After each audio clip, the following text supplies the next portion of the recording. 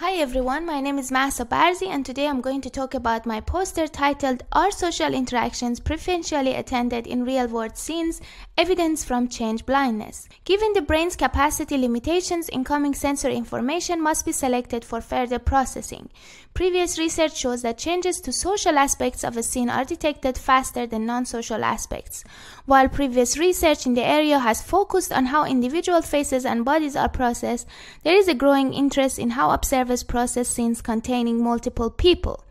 Over 3 experiments using a change detection task and complex real-world scenes, we explored whether changes are detected faster when they occur to individuals versus objects, and the extent to which it's important if the individuals are presented within a social interactions. Changes either occurred by removal of an individual who was not in a social interaction, an individual who was in a social interaction, or an object. In experiment 1, we measured change detection for non-interacting individuals versus objects. In experiment 2, we measured change detection for interacting individuals versus objects.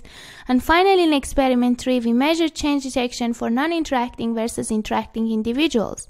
An inverted version of each task was also run to ensure differences were not driven by low-level visual features. There was no significant difference between the number of people depicted in each scene, and results from a rating study showed that targets in the social interaction conditions were perceived to be more highly engaged in a social interaction than those in the non-social interaction conditions. Experiments were conducted entirely online, and during the task, original and altered version of a scene switched back and forth repeatedly, separated from each other using a brief blank screen.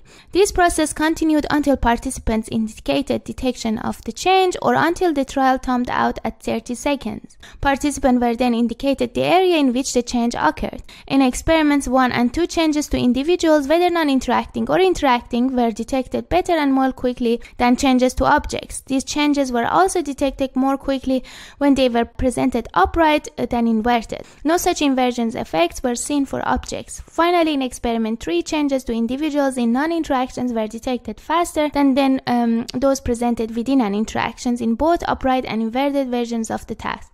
The main effects of orientation was also significant, where changes were detected faster when the scenes were presented upright. The results of experiment 1 and 2 replicated the previous findings, showing changes to socially relevant information are detected better and more quickly than other changes in complex scenes. Results from the inverted condition showed that these effects were not driven by differences in low-level visual features. In experiment 3, we found an overall advantage for the detection of changes to non-interacting than interacting individuals. These effects could be driven by differences in incidental differences between the images or targets. The results of all 3 experiments indicates that inverting the images diminished the change advantage effect for both non-interacting and interacting individual, but this was not the case for objects, perhaps reflecting the holistic processing of people. Thank you very much for listening.